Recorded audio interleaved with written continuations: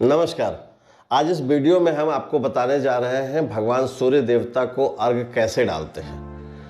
वैसे तो हिंदू धर्म की परंपरा के अनुसार सभी लोगों को स्नान करने के बाद भगवान सूर्य को अर्घ्य देना चाहिए, मगर होता क्या है कि हम लोग बहुत छोटी छोटी सी कुछ गलतियां कर देते हैं, जिससे के कारण जितना फायदा होना चाहिए उतना नहीं हो पाता है। तो आज इस वीडियो में हम आपको पूरी विस्तार में बताएंगे। मैंने पहले भी अपने वीडियोस में कहा है कि अगर हो सके तो आप पेन और पेंसिल या कॉपी लेकर जरूर बैठें, पॉइंट टू पॉइंट नोट करते चलें। मगर इस वीडियो में मैंने कुछ अलग किया है, तो इस वीडियो को आप अंत तक देखें। इसमें हमने लास्ट में समरी करके एक जगह पे डाल दिया है कि सूर्य देवता को अर्घ डालते वक्त क्या क्या सावधानियां बरतनी चाहिए, क्या क्या गलतियां नहीं करनी चाहिए और क्या क्या विधियां हैं जो हमें अवश्य करनी चाहिए जिससे हमें पूर्ण फायदा मिल सके। तो चलिए इस वीडियो को शुरू करते हैं। मैं ज्ञानवर्धन मल्टीवर्सल ज्ञान से अपनी प्रस्तुति को स्टार्ट करता हूं। इस वीडियो को आप अंत तक देखें और लाभान्वित हों।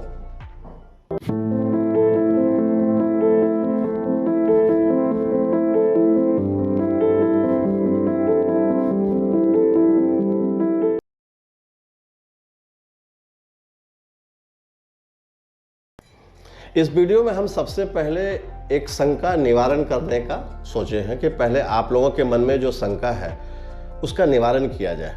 अक्सर जब हम सूर्य देवता को अर्घ अर्पित कर रहे होते हैं तो मन में एक भाव आता है कि जब वह जल जमीन पे गिरता है और उसकी छींटें हमारे शरीर पे, पाँव पे जब पड़ती है तो क्या वो शुभ है या अशुभ है। काफ़ी सारे वीडियोस आपको मिलेंगे जिसमें अलग अलग लोग इस बात को बताते हैं कि यह अशुभ है, उसको छींटा पाँव में नहीं पड़ना चाहिए। तो भाई कैसे जल डालें? स्टूल पे खड़े हो जाए, छत पे खड़े हो जाए? नहीं। अब आप अच्छे से इस बात को पहले समझ लीजिए, माइंड को क्लियर कर लीजिए। जब हम सूर्य देवता को अर्घ डाल रहे होते हैं तो वह अर्घ यदि पृथ्वी पर गिर रहा है तो पृथ्वी क्या है? पृथ्वी भगवान शिव है। और जब शिवलिंग पे अर्पित की हुई जल की छींटें जब हमारे शरीर पे पड़ती है, इसका सिंपल सा अर्थ है कि भगवान शिव का हमें आशीर्वाद प्राप्त हो रहा है।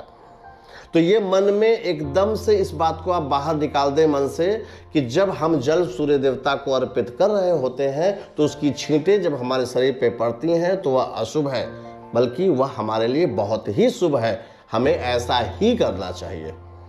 अब हम आपको बताने जा रहे हैं विधियां कि हमें अर्घ कैसे अर्पित करने चाहिए।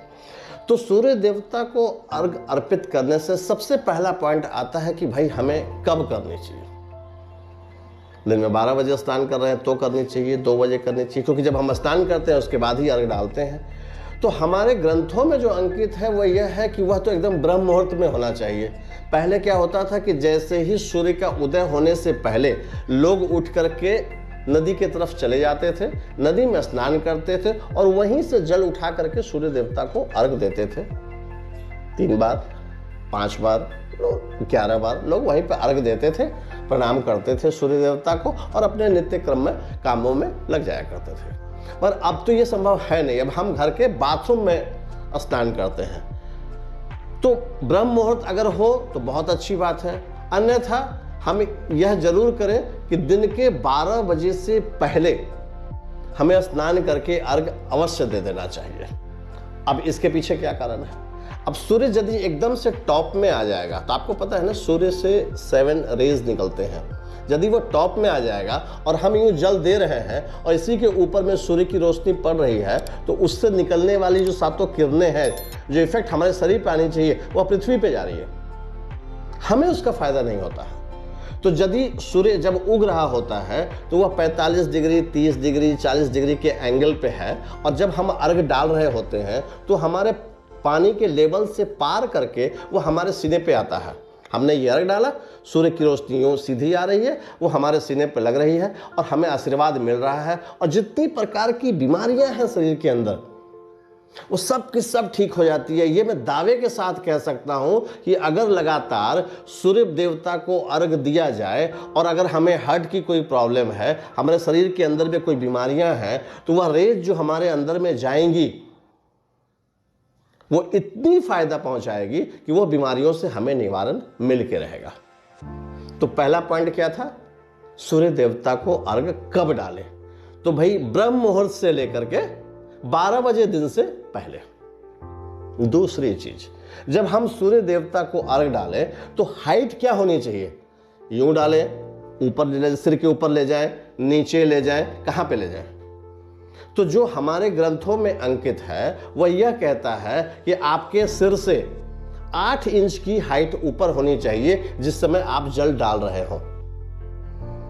उसका भी सिंपल सा लॉजिक है कि जब आप 8 इंच सिर के ऊपर से जब डालेंगे तो सूर्य की रोशनी और हमारे शरीर के बीच में कोई डिस्टॉर्शन नहीं रहेगा, कोई बाधाएं बीच में नहीं रहेगी और पूरी की पूरी सूर्य की रे की इफेक्ट हमें आशीर्वाद के रूप में प्राप्त होगा। तो दूसरी चीज हमने बताया कि सिर से 8 इंच ऊपर पात्र से हम जल डालेंगे। तीसरी चीज, अब पात्र किस धातु का हो? मिट्टी का हो, सोने का हो, चांदी का हो, पीतल का हो। तो है कि जब आप नदी में अर्घ डाल रहे होते हैं, किसी तालाब में अर्घ डाल रहे होते हैं, तब तो आप अंजलि में यूं जल लेते हैं और यूं आप सूर्य देवता को अर्घ डाल देते हैं। मगर आपने घर के बाथरूम में नहाया है, आपका घर जो है वो 10वें मंजिल पे है, आप बालकोनी में सूर्य देवता को अर्घ डाल रहे हैं, तो वह पात्र न सोने का हो, न चांदी का हो, न पीतल का हो, न लोहे का हो, न स्टील का हो, वह कांसे का होना चाहिए। कांसे के लोटे में जल लेकर के आप जब अर्घ डालेंगे तो कांसे के से जो जल में जो प्रतिक्रिया होती है, जो परिक्रिया होती है और उसके बाद जब सूर्य की रोशनी उससे क्रॉस करती है तो मैक्सिमम बेनिफिट हमें मिलेगा, मैक्सिमम बेनिफिट आपको मिलेगा। तो तीसरी चीज हमने आपको बताया कि कांसे के पात्र का इस्तेमाल करें। अब आखिरी एक चीज और है कि जो अब हम जब जल डाल रहे होते हैं तो क्या जल में कुछ होना चाहिए? बिल्कुल होना चाहिए। जब आप ब्रह्म मुहूर्त में नदी में नहा रहे हो तो वहां तो संभव नहीं है, वहां आपने अंजलि में जल लेके डाल दिया। मगर जब आप कांसे के लोटे में घर में अर्घ डाल रहे हो तो एक चीज जरूर करें कि उस पर एटलीस्ट एक फूल डाल दें, थोड़ी सी अक्षत डाल दें। फूल और अक्षत डाल करके सूर्य देवता को अर्घ डालें, सूर्य देवता को नमन करें, शिव देवता की पूजा करें और पूरी की पूरी बेनिफिट आप लें। तो ये 4 मुख्य चीजें हैं सूर्य देवता को अर्घ डालते समय आपको बतानी है। पहली, किस समय डालनी है, यानी कि ब्रह्म मुहूर्त से 12 बजे तक में आपको डाल लेनी है। दूसरी, डालते वक्त पात्र की हाइट क्या होनी चाहिए? वह हमारे सिर से 8 इंच ऊपर होनी चाहिए। तीसरी, वह पात्र किस चीज का होना चाहिए? वह कांसे का पात्र होना चाहिए। चौथी और आखिरी, उसमें फूल और अक्षत होना चाहिए। ये प्रक्रिया को निभाते हुए, इस प्रक्रिया को पालन करते हुए आप सूर्य देवता को अर्घ डालें और पूरी की पूरी लाभ प्राप्त करें। नमस्कार।